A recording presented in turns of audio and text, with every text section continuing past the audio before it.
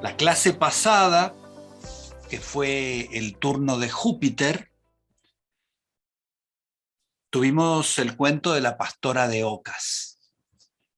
Un cuento muy interesante, muy bonito, que tiene que ver con Júpiter, que tiene que ver con el proceso del estaño. Para los que quieran seguir relacionando cosas, el color era el naranja, el árbol que le corresponde a Júpiter es el arce, la nota musical es el mi, y el órgano es el hígado. O sea que de alguna manera se puede decir que es un proceso que tiene que ver con el hígado.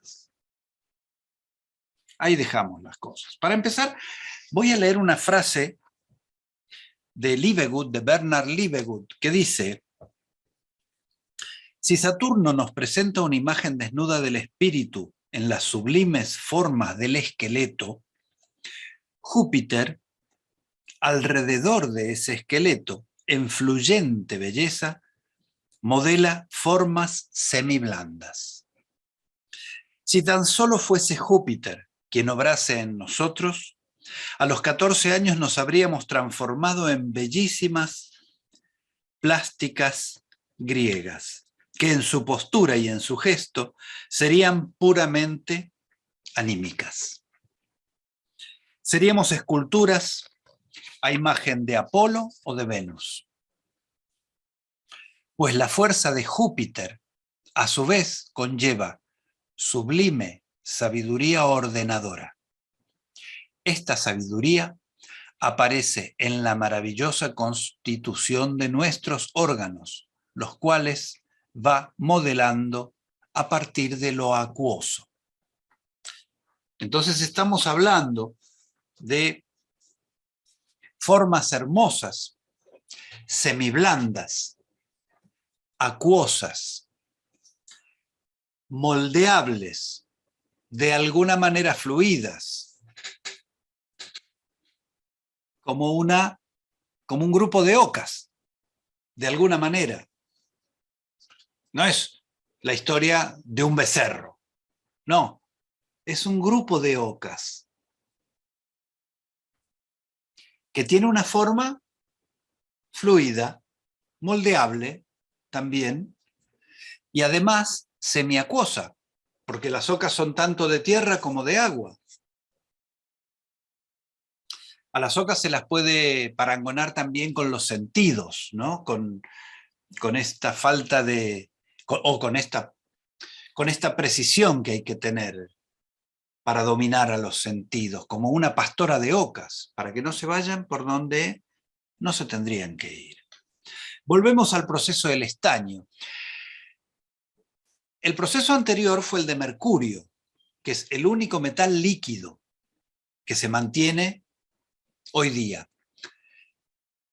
El estaño es un metal muy blando, no es un metal rígido como el hierro o el oro o la plata, que también son más blandos que el hierro, pero el estaño es más blando aún como metal, es bastante moldeable.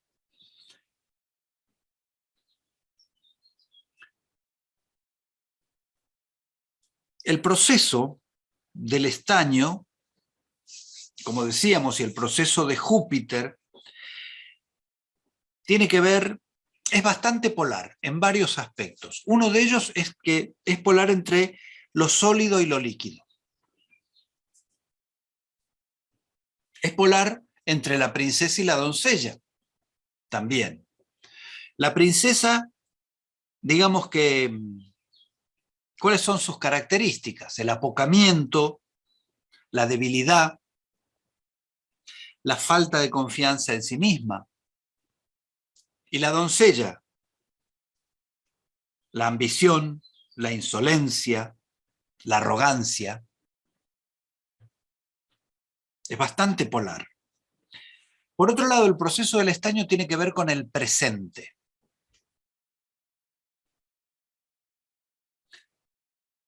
El presente es el momento en que se vive. Pero claro, están las fuerzas del pasado y las fuerzas del futuro también. En el cuento de la pastora de ocas, las fuerzas del pasado se representan con la herencia familiar, representadas en las 3 gotas de sangre que le da la madre. Esta herencia de sangre que ella tiene, como en todos los cuentos, siempre lo decimos, este origen real, este origen regio que todos tenemos, que en algunos cuentos se manifiesta desde el principio, un origen real que se pierde, como en este caso también, como en el de Juan de Hierro también, en donde es de origen real, pero enseguida se pierde ese origen. ¿Por qué? Por muchas causas. Por causa del apocamiento, de la debilidad y de la falta de confianza en sí misma. Pero además de las 3 gotas de sangre. Porque si bien la doncella, que es ambiciosa, insolente y arrogante, y no quiere ser doncella, se lo manifiesta la primera vez, pero de ahí no pasa. Pero la segunda vez que la princesa tiene sed y va a buscar agua, pierde el pañuelo con las 3 gotas de sangre. Pierde el contacto con su pasado, pierde el contacto con su herencia y por lo tanto con la percepción y el saber de su origen real. Y ese es el momento en donde la criada, la doncella, realmente tiene poder sobre la princesa. Cuando la princesa pierde su origen, queda completamente debilitada y no puede hacer nada para oponerse a los deseos y a los mandatos de la doncella. El caballo, que en ese momento intercambian y no antes, que tiene que ver con el pensar, tiene que ver con la inteligencia. La imagen del caballo en general siempre tiene que ver con el pensar y con la inteligencia. También los caballos alados tienen que ver con este yo que se puede ir por los aires, como ya lo vimos en el Fiel Juan. Pero el caballo solamente tiene que ver con el pensar, con la figura del pensar y de la inteligencia. La doncella, en este caso, viene a ser el doble de la princesa. Es la manifestación de su doble, que a partir del momento en que la princesa pierde contacto con su herencia, el doble es el que toma el control de la situación. Entonces toma el rol principal. Después, el rey se da cuenta de que algo ocurre. El rey es la representación del yo elevado. Y el rey mira qué ocurre y ve a esta princesa transformada en doncella cuando llegan al castillo, pero se queda con una inquietud. ¿Quién es esta que tiene este porte? Él reconoce, si bien no hay nada que le indique que ella es de origen real y que ella es la verdadera princesa, hay algo que le despierta la curiosidad, que después va a conformar cuando la ve con los cabellos de oro. Ese es el significante inequívoco, ¿no?, de la realeza, como en Juan de Hierro también, el joven con los cabellos de oro. Entonces, entre tanto, la falsa princesa pide que decapiten al caballo. Pero la princesa recoge esta cabeza del caballo que habla, falada, se habla de falar, de hablar, y lo cuelga en el portal. No lo cuelga en cualquier otro lado, en el centro de la ciudad en una pica, fuera de la ciudad en otra pica. No, lo cuelga en el portal. El portal es el lugar de transición, es entre el adentro y el afuera. Entre lo que está fuera de la ciudad o lo que está dentro de la ciudad. Es también, se podría interpretar como el portal entre lo consciente y lo inconsciente. Y la cabeza, el pensamiento, puesto ahí, en la sombra además, porque es un portal sombrío. Un portal, un umbral, con el que se comunica la princesa cada vez que sale a pasear las ocas. Pero se podría decir, bueno, no se podría decir, está dicho en el cuento, que ese es el primer acto de voluntad que la princesa tiene después de que le han arrebatado su puesto y aparentemente su futuro. El pasado era la herencia, estábamos hablando, ¿no? El proceso del estaño es el presente.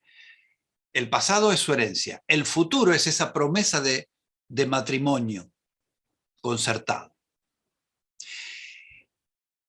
Cuando ella pierde el pasado, también pierde el futuro, porque ahí la doncella se hace cargo de su propio destino, cambia papeles, su doble, y de alguna manera se hace cargo del futuro. Ella se va a casar con el príncipe, la falsa princesa. A partir de ese momento, la princesa es débil, no se puede defender, la obliga a jurar que nunca se lo va a decir a nadie, la princesa cumple todo, pero tiene este primer acto de voluntad, que es rescatar la cabeza de Falada y colgarla en el umbral, en el portal. Y a partir de ahí, recién después de este primer acto de voluntad, es que los acontecimientos empiezan a mutar. Cuando ella realmente se hace cargo de su destino, es cuando empiezan a mutar los acontecimientos. El rey, bueno, pasa lo de Conradito, que Conradito ni se da cuenta que ella tiene cabellos de oro, ni de nada, que eso tiene que ver con el cuerpo etérico, o el cuerpo etéreo, ¿no? Y aparte él acicalar los cabellos, él discurrir por los pensamientos. Esto aparece en cuentos, en la Ondina del Estanque también, ¿no? Una de las pruebas es cepillarse el cabello. Es como alisar los pensamientos, calmar los pensamientos que están enmarañados. Conradito de eso ni se entera.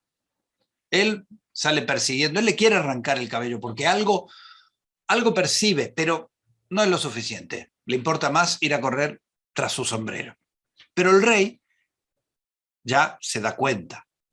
Entre la primera percepción que había tenido, entre que le cuenta que ha rescatado la cabeza de Falada y que habla con el caballo cada vez que traspasa este umbral entre el adentro y el afuera, entre el consciente y el inconsciente. Y luego cuando le cuenta lo de los cabellos, el rey ya no tiene ninguna duda, pero igual quiere ir a verlo con sus propios ojos. Entonces pasa lo que pasa, y el rey, que es el yo superior, le cuenta al príncipe, que es el ser normal, qué es lo que está pasando. Le cuenta de la falsa princesa, le cuenta de la verdadera princesa. Y ahí es cuando el rey, en esta cena que preparan, le pregunta cuál es el castigo que le pondría a alguien que obrase de esa manera.